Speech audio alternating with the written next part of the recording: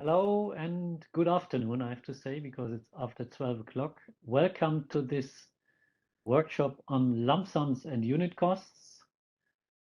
We are in Horizon Europe testing some new approaches with so-called simplified forms of funding, and two of them are actually the lump sum funding and the unit cost funding. We will hear a bit more about the background, why we do this in the presentations that follow. My name is Peter Hertwig. I am a head of unit in the European Commission's Directorate General for Research and Innovation, dealing with the business processes for implementing Horizon 2020 and Horizon Europe.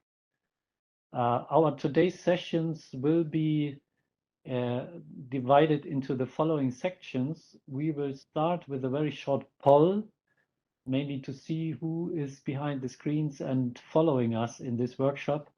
Then we will have a series of 3 short presentations given by my colleague Ulrich Genschel, then by our colleague from the legal unit, David Michuto, and finally by our colleague Vincent Declerfay from the EU Rail Joint Undertaking, who will tell us about the practical experience with implementing lump sums in particular. One housekeeping announcement. We will at the end also have a questions and answer session. I should ask you to put your questions into the Slido application. You will very soon see the credentials on how to access Slido and not use the chat functions in the WebEx. And please, when you go to Slido at the end in the questions and answer sessions, also look at the questions that are already there that are posed by others. And if you want to ask the same or a very similar question, please upvote the question of the other colleague that is already there, rather instead of repeating the same or a very similar question. With this, I think we can go immediately into the first part, meaning this very quick poll that I announced already on Slido. And if yes. So you see here the credentials for accessing Slido. Open a browser, go to slido.com, and then put in the code that is RI22 workshops. And please tell us, do you already have experience with lump sum funding? Okay, we see the figures are changing. I'll wait maybe for a few more minutes to give you the chance to reply.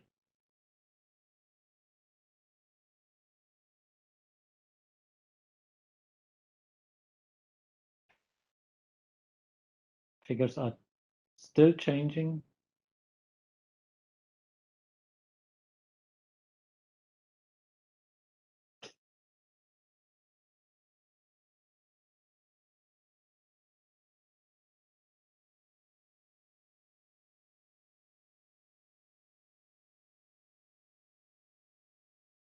Okay, I think the figures are now stabilizing. We see that more than half of our participants today are indeed newcomers. So it's very good that we will also give a rather generic introduction to the lump sums and unit costs. But we have also quite a few people who have some experience and even some with a lot of experience. So thank you very much for this first poll. We will close it now, and I will hand over for the first presentation to my colleague Ulrich Genschel. Ulrich, please. Thanks very much, Peter. Welcome again to the workshop. Yeah, I would give you a small introduction into the measures that we have been taking so far, in particular on the lump sums that is ongoing since 2018, and then David will come in to explain a bit more about the unit costs. And just to explain the title, it's really meant to be simplification measures. The same funding is really taken seriously. We are not changing the amount of funding with this or the distribution or who is getting the funding. It is really about cutting red tape, making it easier. Okay, so why are we introducing this? It's, I said it already, it's a simplification measure. What we've seen over the years is that the funding with actual cost, with the reimbursement of actual cost, that is complex and error prone, despite all our efforts to simplify this system with electronic support, with webinars explaining the most common errors, and with better guidance, we still see a relatively high level of errors, which is criticized by the European Court of Auditors and other institutions as too high. And now, given that lump sums and unit costs partially or fully remove the obligation to report actual costs and resources, which is the main source of errors, this is the key for us to reduce the errors and make participation simpler. And especially this is true for beneficiaries with limited experience that participate rarely in the program. And the following slide is going to illustrate this point a bit. Here you see the distribution of the 42,000 unique beneficiaries in Horizon 2020. And you see on the right-hand side of this distribution that barely 0.5% of them had many grants, 100 grants or more. That is sort of very rare. Only a few big participants have that. They are well equipped. They have the necessary staff and the administrative capacity to deal with this, to deal with the complexities and all the rules that we have, that we need to have for actual cost funding. And indeed, these participants have an acceptably low error rate generally speaking. On the other hand of the distribution, you see that the vast majority of unique beneficiaries have just one single grant in an entire framework program, and we cannot expect all these small beneficiaries to have the experience to build up the necessary capacity in administrative terms to deal with complex funding scheme like actual cost, and therefore these are an essential part of the program still. So we need to cater for all of them, for all the beneficiaries, the big ones and the small ones. So we need funding models that work for them all, especially also for the small ones with little or no previous experience. So with that, I come to the lump sums, which we've been testing since 2018 in a pilot. And the main motivation for that is lump sums now really completely remove the obligation to report actual costs and resources because the funding is decided upfront. So ex post, there's essentially no source of errors anymore. The payments in lump sum funding depend only on the fact that the project was carried out as agreed, but not on a successful outcome. That's the most regular misunderstanding about lump sums. Like in the actual cost scheme, there is no dependency on a successful outcome. The only condition to be paid to receive the lump sum is that the activities as agreed are actually also carried out. And then ex post, there are no financial checks or audits anymore, and there's no timesheets anymore. So major simplification compared to the traditional actual cost grants. And of course, we link this also to the hope and to the expectation that there is more focus on content, given that there is no financial management essentially anymore of ongoing grants. There is automatically more focus on their content. We've been looking at the results of our tests since 2018. The Commission itself did a study published in October 21. The overall feedback was quite positive. You see that the participants that we surveyed, that is the actual participants in the lump sum grant so far, the experts, internal staff involved, and also the national contact points, generally agree that lump sum funding makes for less administration and more focus on content. And I'm very glad to say that the European Parliament also conducted an independent study, which was published earlier this year. And they also came to an overall positive outcome with a key statement that the general attitude among the participants they surveyed was quite positive. But of course, we also know there are some concerns. I'm now first going to show you some more, a few stats on what we found, how lump sum funding has been working so far, and then maybe discuss a little bit what might be the concerns. So we find in our survey that there's no change in proposal quality. That's one concern that's frequently coming up in lump sum proposals, we might see a decrease in scientific quality or less ambitious proposals. Now, in our sample, where we had 500 grants so far, roughly, this was not supported by the experts nor by the EU staff handling that. You see there's a general agreement that the proposal quality remains similar or the same as before. Another concern is that we might have fewer newcomers accessing the program this way. Well, at least again in the pilot, we see a very stable share of newcomers compared with the rest of Horizon 2020. So clearly, this has not materialized so far.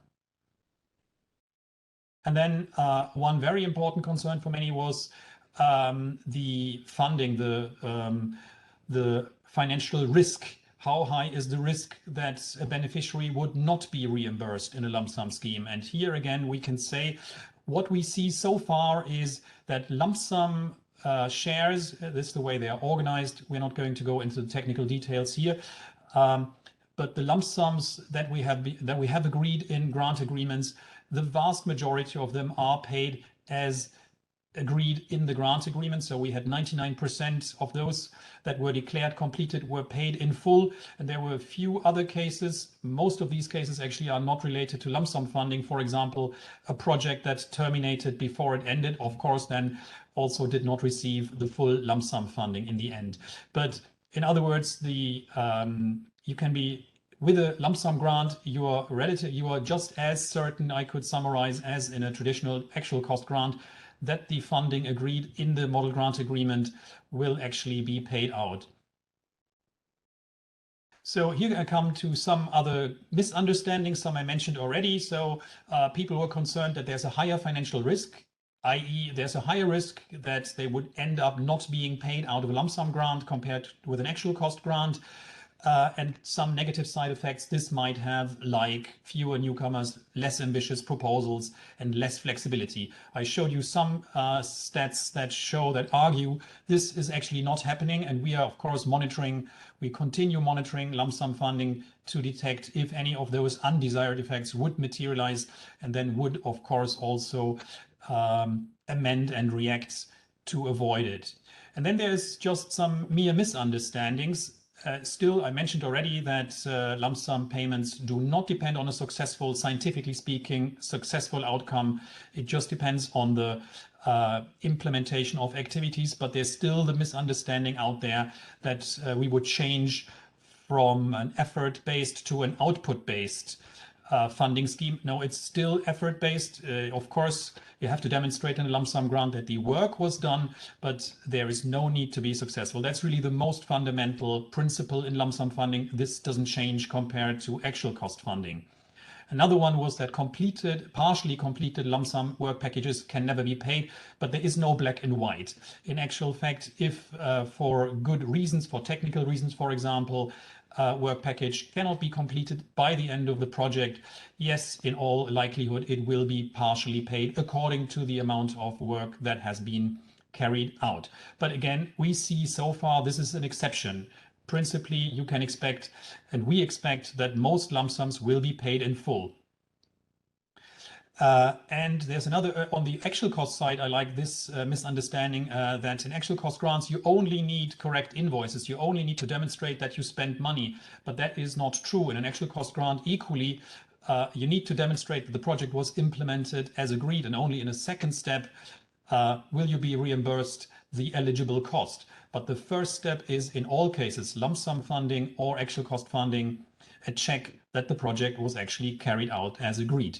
So overall, with lump sum funding, we see there is still need to explain the scheme more. It's a new scheme. We are comparing this to actual cost funding, which has been around for virtually decades. So in a few years, we cannot expect the same level of knowledge. So we keep explaining the scheme, but we see no blocking issues. We had a successful pilot, and we will continue to explain the details and provide more guidance and training. We have now created one dedicated page on the Funding and Tenders portal. The link is here on the slides, where we bring together all the guidance, all the events that we do, all the background documents, and also all the events that we do. You can also find the links to the studies I just showed. And then the next steps, what's coming next is we will release still a more detailed guidance that is in the final steps of being validated with the Commission Central Services and should be released soon. We've in fact just released a revised set of frequently asked questions on lump sums on the portal. If you go to the frequently asked questions section on the portal and search for lump sum and use the tag lump sum, you will get the whole series of those frequently asked questions. The next online training for future applicants or grantees of lump sum grants interested in applying to a future lump sum topic takes place on the 20th of October. The event page is already online. You don't need to register. You can just use the link in that page to participate in that training event on 20 October. We have a few improvements. I would like to highlight that in particular for you relevant is that for lump sum proposals, we introduced a higher page limit compared to the others because indeed we recognize you often need a slightly higher number of work packages in a lump sum proposal. And this is now accommodated following also external requests by a higher page limit. So indeed showing we listen to the feedback we get on lump sum funding and try to accommodate where possible. And then what happens with the rollout? We've tested it, I mentioned, in Horizon 2020.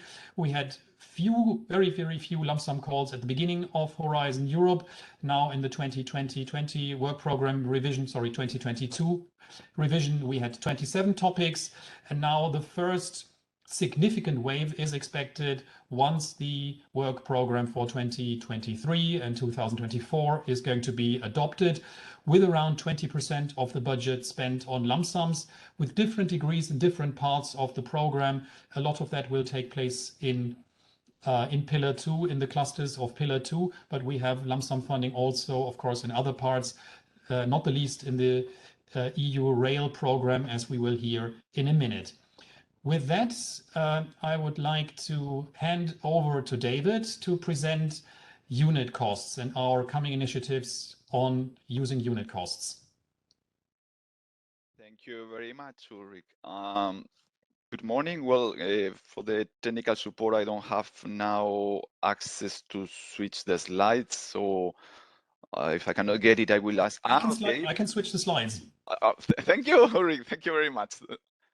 You now have the right to change the slides yourself.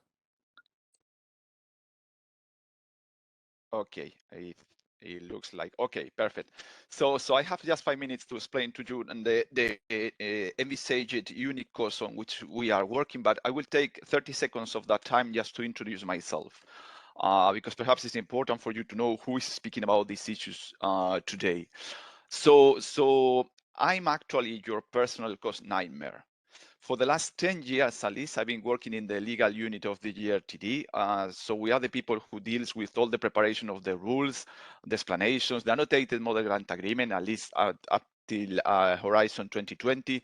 So, you know, all the things that you hate about the personal cost in FP7, in Horizon 2020, well, they are not all my fault, but my fingerprints are in most of them. So this is to tell you that over these years, we have tried again and again to simplify the calculation of the personal cost, to make it of actual personal cost, to make it easier for you and also for our auditors to control, while keeping this relation, this actual cost-based way to calculate the eligible cost. And we have reached a point in which we must recognize that it's not possible really to get any significant further improvement. Not because we don't want it, it's because simply the reality of the different remuneration methods and the different national legislations, the different current practices among beneficiaries is so wide that there is no way in which we can make it easier.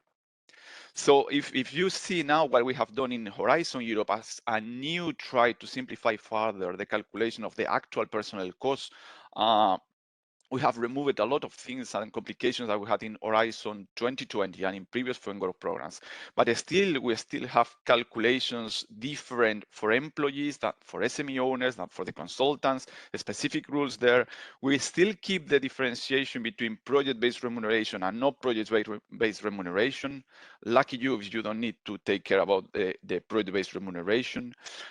We got rid of the last closed financial year, but we have a single rate now per reporting period, which is another change, something that probably some people will have some new difficulties to cope with. We still have specific conditions for eligibility of bonuses, extremely complex still to define when it is eligible or not. We must recognize it. We have part-time employees, parental leave, a lot of different calculations and different elements that you need to bear in mind when deciding what you can charge to the Horizon Europe project as personal cost. So, as I say, we have somehow reached a limit on what we can do based on actual personal cost, on what we can simplify if we want to still define the rules just for the actual personal cost. So what we are envisaging now, and this is not adopted, so we are working on this, what we are envisaging now is to offer an optional unit cost. I mean optional because the actual cost will still apply by default. It's not like lump sum that will depend on the call. It's really at the level of the beneficiary. So as you see there at the bottom, beneficiaries may have different options even in the same grant. So one beneficiary may have the new optional unit cost and the other rest of the beneficiaries have actual cost. And our idea is to have a single daily rate applied per beneficiary, which will cover all the staff of the individual beneficiary, and which will apply to all the Horizon Europe actual cost grants of that beneficiary. So there will be an ex-ante calculation. So before starting using this optional unit cost, we will define how much is going to be the daily rate for that specific beneficiary, and then that beneficiary will use that daily rate in every single Horizon Europe grant agreement based on actual costs for all the staff of that beneficiary that will participate in the grant. And our idea is to have something as simple as this, to divide the personal cost in the year before the request to use the unit cost by the full-time equivalence in that year of that beneficiary divided by 215 days. So to get the daily rate that will be applicable, I insist, for that beneficiary, so it's beneficiary, we take the personal cost and the full-time equivalence of that beneficiary, we will calculate the daily rate for that beneficiary, and that's what the beneficiary would apply from then on to all its staff in all Horizon Europe actual cost grants. Extremely simple. What would this imply for the beneficiaries as an advantage? Well, first of all, you would not have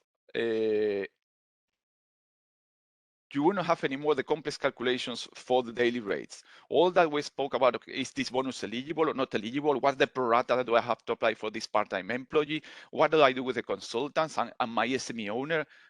Forget it. Under this option, you will have this daily rate at the very beginning set up and decided.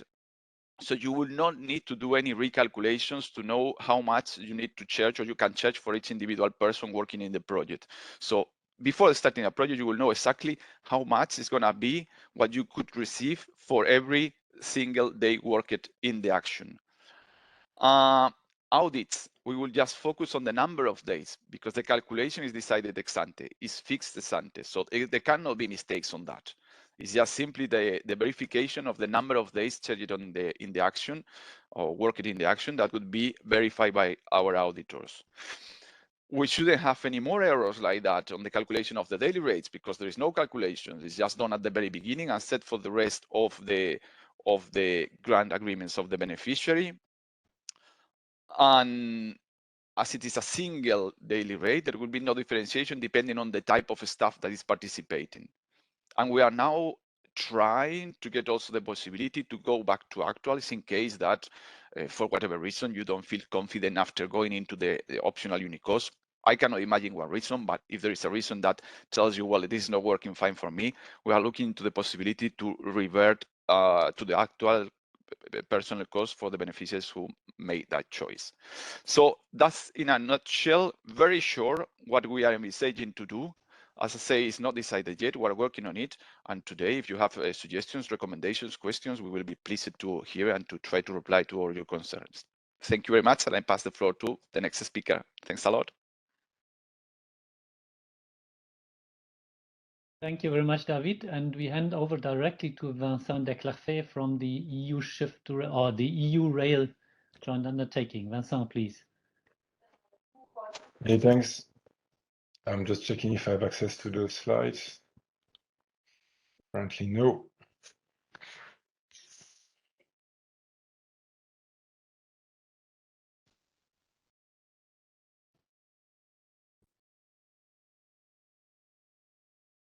Can the organizing team please provide access to Vincent's Yes, absolutely. slides? You should have it. It's okay. Now it's fine.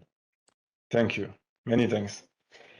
So good afternoon, everybody. As Ulrich said at the beginning, sorry, Peter said at the beginning, my name is Vincent Declarfay. I'm the head of corporate service of Europe's Rail Joint Undertaking, and I will present you a set of slides, 10 minutes, who we are and the experience we have about lump sum.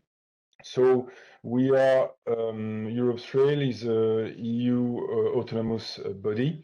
We are financial autonomous since mid-2016, established under council regulation and in the context of the program Horizon 2020. Since last year, and December 2021, and with the new Horizon Europe program, we prolonged our activities for 7 more years.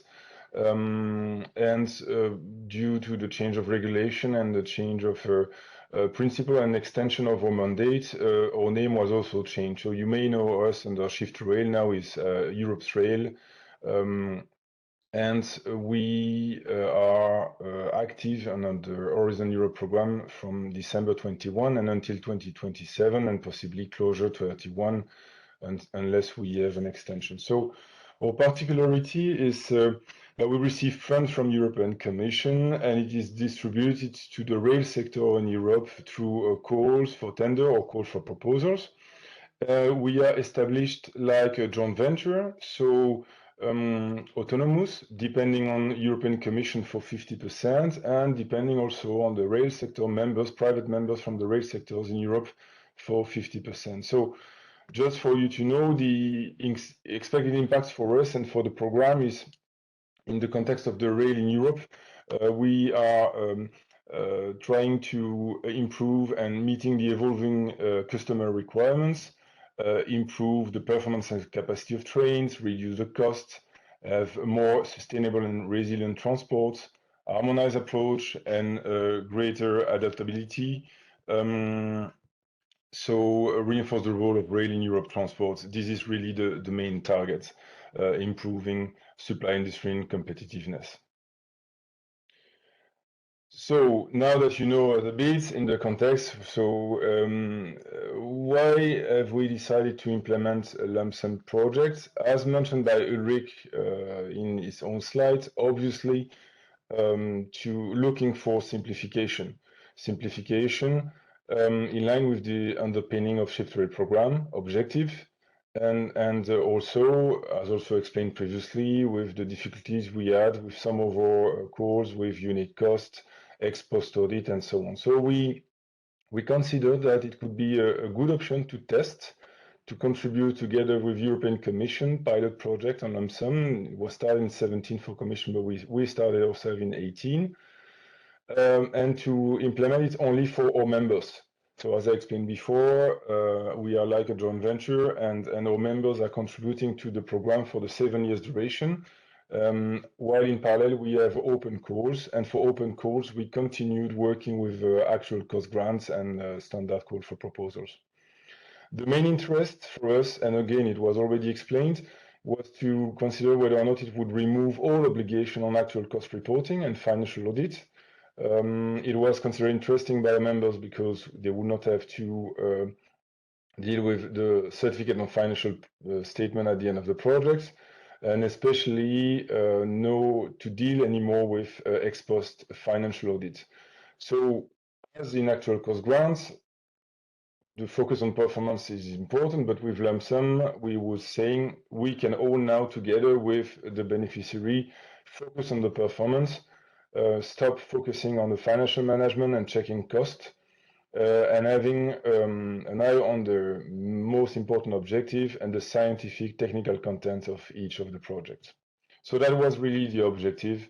And after a few years of experience now, overall, we consider that it has reached the objective. We are quite satisfied about what has happened. We're using the lump sum option 2, which means that the lump sum is defined in the proposal with an overall ceiling per topic, and that overall allowed to achieve the expected results in terms of simplification and focus on results, with some points of attention. During the evaluation and gap phases, it is taking a bit more time for the evaluation for us. Based on our experience, we have more ex-ante check on financial evaluation, for instance. So usually the financial impact during evaluation is quite smooth. Here we have to be involved a bit more. We have to work on statistical data, compare so the statistical data are built to identify the average cost based on statistics we have in our database, and to ensure that the evolution of costs in the proposal are quite relatively regular and in accordance with the needs. So we have statistical data, we compare the proposals, experts are also involved in this evaluation process, this allowing us to verify ex ante that the proposals are compliant in terms of allocation of resources, budget, and so on. So quite interesting to do, but it takes a bit more time. Also, as mentioned previously, a point of attention is the design of project and work package. As at the beginning, the beneficiaries or participants were showing a bit of concern about that. The experience has shown that the allocation work package could be done and work quite well, and the amendments in order to ensure that well, at first people were considering that amendment could become more frequently, be more heavy, and so on. The experience has shown for us that we do not have more amendments. Everything seems to work quite well.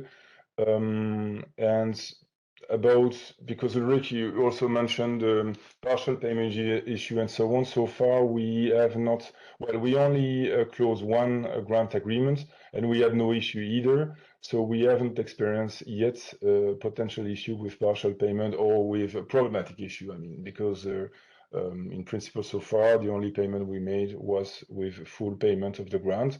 And if there is a financial partial payment at the end, it will be like a usual actual cost grant. So we do not expect quite complication about this aspect. Just an overview about the previous program, Shift to Rate program, that is actually now closing. So we signed in total 101 grant agreements from 16, and we expected that all these projects would be closed by 2024 at the latest, hopefully 2023 next year. The share you can see is that it represents 21 lump sum grants, and all the other were for actual cost grants. In terms of value, it was a bit the opposite because the value allocated to the project members are higher, but the lump sum project represents 390 million euros overall, compared to 333 million euros for the actual cost grants. Based on this experience of pilots we had under Shift Rate program, and now that we are in Horizon Europe program and we need to launch activities until 2027, what are the next steps? And we include 28 because we expect to have closure of activities until 28 and probably later. We have just launched at the beginning of the year a fourth lesson. It was launched in January 2022. No, sorry, in March 2022. Sorry. first call for the Horizon Europe program, and fourth, experience in the lump sum. This call, as you can see, the magnitude was much higher. It was for a total of 570 million euros. We had an award in August 22, and now we are in gap phase.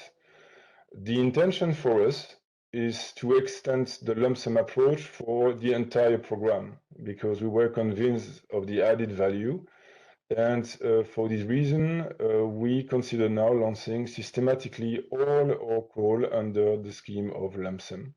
So for the program, in terms of magnitude, the expectation is that it reaches in total for Europe's Trade Program 1.2 billion euros until 27 and after for the closure. So we consider that the access to the program becomes also easier for small organizations and newcomers. We have now Euro calls open. And the last element to consider is for the assurance process, especially when you run a program for 100% of lump sum. We do not have ex post financial audit anymore. We do not have error rate. So we are currently preparing a pilot for conducting ex post and technical audits. So in summary, we are quite happy with this approach. We have good experience, and we continue in the process. This ends my presentation, so I thank you all for your attention, and I pass the floor to the next presenter. Thank you. Thank you very much, Vincent. We are actually at the end of our presentations, and before we go into the questions and answers, I already indicated that we have another little poll. Before going into this, I just see that there are already quite a number of questions in the Slido, but you are invited to continue putting in questions and upvote the questions of others if you feel like this. So, but before we start replying to your questions, we go to a next poll. If the colleagues can please activate that poll on Slido. Thank you. So the question is, would you be interested in using lump sums or unit costs for personnel in the future? After what you have heard now or what you already know about it.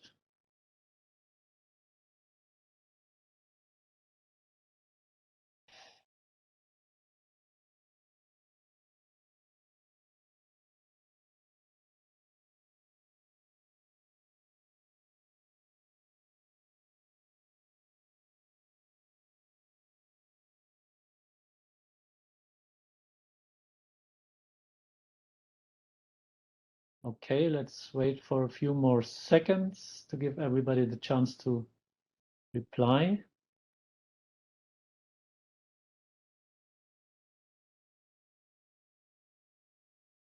Okay, I think the trend is rather clear. Roughly 40%, 39% now are actually interested. Then there is another third of you who haven't yet fully made up their mind. But even 1/5 thinks that that is really a good thing and they would go for it. And we see that the real skeptics are a clear minority of currently 7%. So many thanks. That's very interesting for us.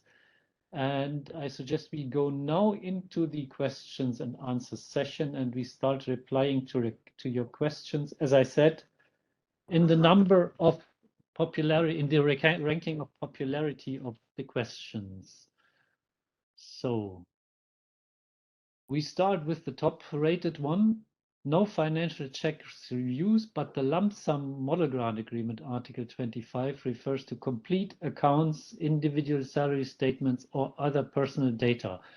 What is correct? I've hesitate between David and Ulrich for the reply. David, do you want to take this one? I'm coming, sorry. There is the possibility, for instance, if there is an investigation, but it's not that you will have financial audits. That's out of question in the context of lump sum grants. Now, it's always possible that imagine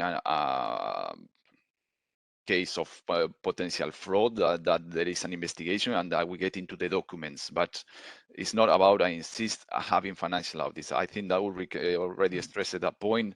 In the context of lump sum grants, there is no financial audits because there is no reporting of actual costs.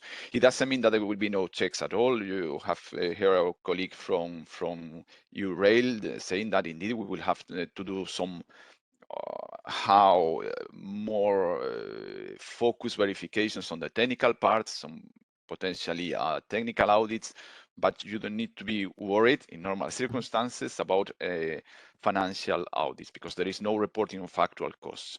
Ulrich, would you like to complement? Yeah, maybe I would even say both is correct. You have an Article 20, which clearly says that you don't have any duty to keep any financial records for the project, but let's say there can be indirectly, could such documents be looked at, but not project specific for that lump sum because, well, you of course have national or organization specific duties to keep documentation. So there could be, and these could, in case of an investigation, could be used to verify that you indeed implemented your project as agreed, but not as a source of cost statements, just as a source of information that the project was actually properly implemented. An example would be if you give financial support to third parties, then we could theoretically verify that indeed this financial support to third parties was also implemented. And then it's not really in terms of a cost check, but rather that you have indeed handed out the number of sub-grants, I call them here, that were agreed in the proposal, that were agreed in the grant. So it's not really a direct audit, financial audit on that project. It's I should call it more as an indirect measure to verify as additional information to help verify that the project took place as agreed. And maybe last thing to add, we didn't have a single case like that so far. So I would say this is probably not, while it's a possibility in the model grants agreement, I don't think we should expect that this will affect many of you. Okay, next questions on the unit cost scheme. The year before the request, so no update in the course of the project. In 2022, we have already 10% salary indexation due to inflation. David. Okay, there is a lot of considerations there. First, of course, we are all suffering all this inflation, and we all, I hope, at least me, I'm hoping that it will stop sooner than later. But well, that's one point. Second point, no update in the project. No update in the project. We are looking into the possibility to have every 2 years updates, so the possibility for a beneficiary to request an update of the unit cost, but it would apply to new projects, not to projects that are already ongoing. So with the old projects already ongoing, the unit cost that is approved at the beginning of the project is the one that is going to be applicable. Now, it doesn't make a big difference with the actual cost. I'm sorry, it's the same thing. In the actual cost, you have a limit in the budget, and we cannot go over the limit. So if for your grant agreement, there are 2 million of budget, even if the salaries and the costs increase by 10 or 15 or whatever index we have the bad chance to have, the total budget of the grant agreement will not change, will not increase. So this is bad, but it's not bad because of the unit cost. It's bad because of the context, and it will impact on both unit costs, beneficiaries using the unit cost and beneficiaries using the actual costs. Okay, thank you. Next one again on unit cost. Can the group of personnel be defined per department faculty of a bigger organization, or solely for the complete organization? No, we are looking into at the level of the organization, meaning that the idea is to have a single average salary, if you want, putting everybody together. That's why we take the whole annual personal cost of the organization divided by the number of full-time equivalents. So a single average personal cost daily rate that will apply to every single person. And then we are looking not just on the employees, we are also looking on the SME owners for the SMEs. which by the way is going to be an improvement. We are also looking into the consultants, so whoever now is defined within the personal cost in the actual cost grants.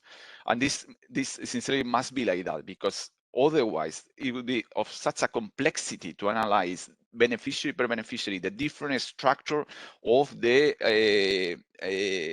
staff of the organization, the different groupings, and then deciding really what person belongs to each group, and then during reporting, ensuring that the person has been charged precisely at the right amount corresponding to the right group. That we already tried somehow in the context of average personal cost, and if it's your user methodology worked, but when you are trying to put this for beneficiaries who do not have that way of work, it's awfully complex. So it would be sincerely a disaster going down into that level of detail. That's why we are looking into single average daily rate at the level of the organization. It cannot be simpler than that. Okay, thank you. Next one. It's always switching between these two. Are there already finalized research innovation action or innovation action lump sum projects of the H2020 pilot? Can you share experiences? Ulrich. Yes, there are some finalized ones, in particular the shorter ones that we had in the ERC proof of concept scheme, but there's also a small number of bigger projects that are finalized, but most of those bigger lump sum projects are still going to be finalized later. But indeed, among the data that I showed of the 500 lump sum work packages paid, there's also a number of finalized ones. So yes, the experience in terms of reimbursing those projects is that, yeah, they have received their lump sum shares in full, and we have not yet had the time to look in whether they were sort of more productive or less productive than other grants. And indeed, this comparison is very difficult to make, as you can imagine. We are continuing to monitoring. We're going to continue monitoring this, and in fact, currently just today launched a survey among all participants in ongoing or past lump sum projects to ask them about their experiences, and we will extract the best practices and their experience and publish this in a summary fashion on the lump sum page when it's ready. But this will take a couple of weeks to finalize. Next one on lump sum. How is the non-profit rule guaranteed? Does the consortium still need internally to calculate costs to ensure that non-profit is made in case of over budgeting? No, the consortium does not need to do this. The non-profit rule is guaranteed by the process to define the lump sum upfront. When we define the lump sum, you provide more detailed budgets, and the budgets upfront are looked at more carefully, much more carefully, you could say, than an actual cost grant. And so we agree on the lump sum as the amount that is necessary to carry out the project upfront. That is, by definition, the way to go in lump sum funding. And this, as a new means of providing financial support in the financial regulation of the European Commission, is including the guarantee that there is no profit.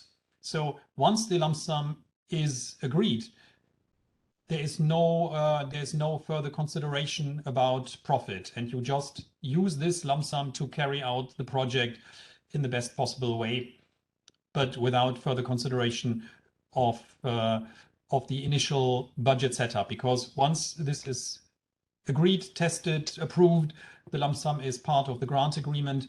And as I said before, you only need to make sure that the project is actually carried out as agreed. Okay, the next question was already partially referred to in your reply. How does the budget check and the application in the evaluation differs between lump sum projects and classical projects? Does more information need to be provided in the proposal? Yes, I think we can say there is indeed. This is also what makes the lump sum proposal a bit more cumbersome. I have to admit that. There is a more detailed budget breakdown that you provide. In fact, what you provide is the costs in each cost category for each work package and each beneficiary in a dedicated table that is part of the lump sum topic that you find in the documents when you prepare a proposal. my argument that this is not overburdening is that in principle all these details would be needed to also plan a classic, as you call it, proposal, because the much more coarse budget figures included in a traditional proposal of course also have to come from somewhere. They should be the results of a budget planning, while we only include very high-level summary budget figures in a traditional project. Of course, these have to have a basis. And this basis is the details that we actually ask you to provide in a lump sum proposal. And this more detailed budget gets evaluated as part of the standard evaluation under the implementation criterion. And then it can also undergo changes. That happens. It doesn't happen necessarily frequently, but it certainly happens when we detect things that cannot be accepted as is. And then that is then the process to agree the lump sum. Once this is agreed, it goes into the grant agreement. I said we don't touch it afterwards, but there is this more intensive checking upfront. Okay, next question on lump sums again. How to break up the management and dissemination, exploitation and communication work packages to avoid only getting reimbursed once the project finishes? Well, the most simple way is you can create one such work package per reporting period. So for both work streams, management and dissemination exploitation, let's say in a traditional project you had one work package, and now you can create three for a project of 3 reporting period, and so you'd be paid at the end of each of those reporting periods. And in your proposal, of course, you don't need to repeat the entire content. You could basically then just have management 1, management 2, management 3 work package. And in 2 and 3, you refer back to the content of 1. So you don't need to include the same content 3 times. Next one on unit costs, daily rate calculation. Does this cover every staff member or only staff that would normally be involved in research projects like managers, researchers, David? No, we cover everybody together. So a happy family, they all put together. And it's against the same logic that I was saying with categorization of personnel, who can be normally involved in research. You may imagine that project managers, then you need to define who is a project manager, keep updated the list of project managers, extract the salaries of the project managers. Too complex. It would be no practical, and it would lead to a lot of errors. So we are really looking at the beauty of everybody together. And you may say, yes, but I will put also the cleaning people there. Yeah, but the managers also are going to be there in the average. So at the end, by the way of the average, whatever difference should level out by in some cases people whose real salary is lower, and in some of the cases people whose real salary is higher than this average. So everybody together, as it appears in your statutory accounts. That's what we are looking at. The next one, I think, is on lump sums again. I find it a very interesting question. I think it allows us to illustrate some of the main features of the lump sum again.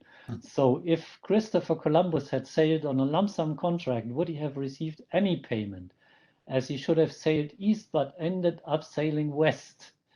Ulrich, I'm sure it's a really nice question. Thank you. I mean, I don't know how much Christopher Columbus was paid in the end. I don't know, but we all consider it was a successful journey. And here the answer is the payment would be exactly the same, be it on a traditional actual cost or on a lump sum, because the first question, whether the project is considered delivered, whether the work is considered being done, that is the same question in both schemes. That we should not forget. It's not because in a real cost scheme, Christopher Columbus would not have been paid because he spent money for his big journey. The spending of money in itself is not a reason to be reimbursed. So this is the first most important thing here, that it wouldn't make a difference. And then, yeah, I think we should illustrate that in a lump sum grant, you are as flexible as in a normal grant, because of course you can, if you end up sailing west instead of sailing east, and it makes a lot of sense to do so, or there is no other way than changing the project like this, you go for an amendment, or you report these deviations as in any other grant in the deviation section of the reporting template. And if there are good reasons for these changes in the course of the projects, and I'm sure they very often are, or most of the time you have these good reasons, then of course they will be accepted in the very same fashion and way as in a traditional grant.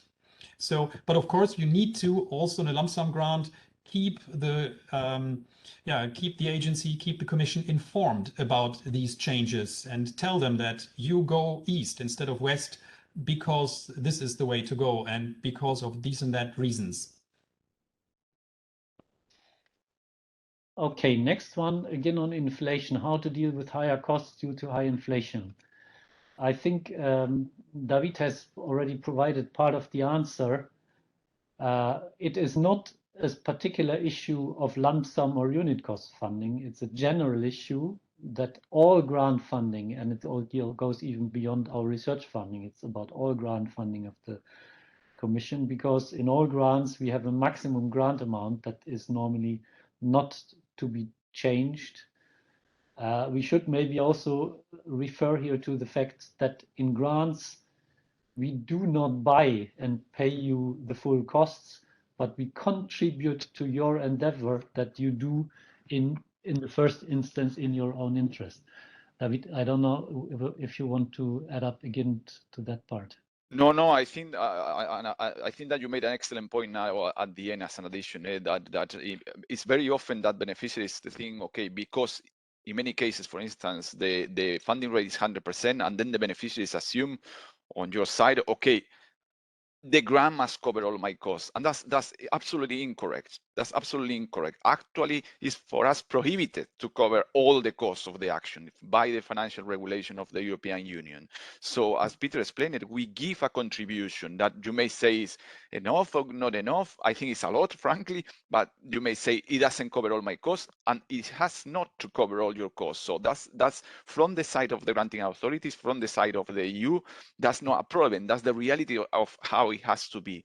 So I'm afraid that there you must put your question on your side, knowing that the grant will not be increased. How will I cope with the inflation? Where can I get the extra funding needed to complete the project? And I'm afraid there's nothing that on the side of the Commission of the granting authorities we can do about it now. No, I mean, maybe let me add that, of course, we are aware. Peter said this is a general problem for all grants in the EU, and so we are aware of the problem. It's a new problem also for EU grants, and I guess even far beyond EU grants. I guess this is also for national grants, the same thing, that typically they are not indexed. Typically, a grant has a maximum agreed upfront in whatever way, in whatever contractual form. I think is unusual that grants would be indexed. Maybe they exist, but so inflation in that sense is a relatively new thing. Of course, there were phases with high inflation before, but in the last quite many years, this was not an issue. So there are some reflections also ongoing internally, but so far we don't yet have any further announcements to make here. But it's not that it hasn't reached the Commission as a problem. Okay, I look at the timing and I see we reached the end of the session. I think we are under a tight schedule in this event, so I'm afraid we cannot go further with replying the questions. But of course, these questions will not be forgotten or lost. And maybe before we conclude, we should also refer again to our next webinar that will be dedicated in particular to the technicalities of the lump sums. And Ulrich, maybe you can announce again, because I forgot what the exact timing is. The date is going to be the 20th of October. I guess it starts at 10 in the morning, but here it's certainly in the morning. The link was shared twice in the chat. The link is also in the slides. I assume the slides will be shared with you, so you can find the link both in the slides and in the chat. And if that fails, it's also pretty prominent on the front page of the portal under events, of the funding and tenders portal. Okay, I think with this we can close. Thank you very much again to all the speakers. Thank you very much to the whole audience for bearing with us and for the interesting questions. And I wish you a nice lunch break. See you. Bye-bye.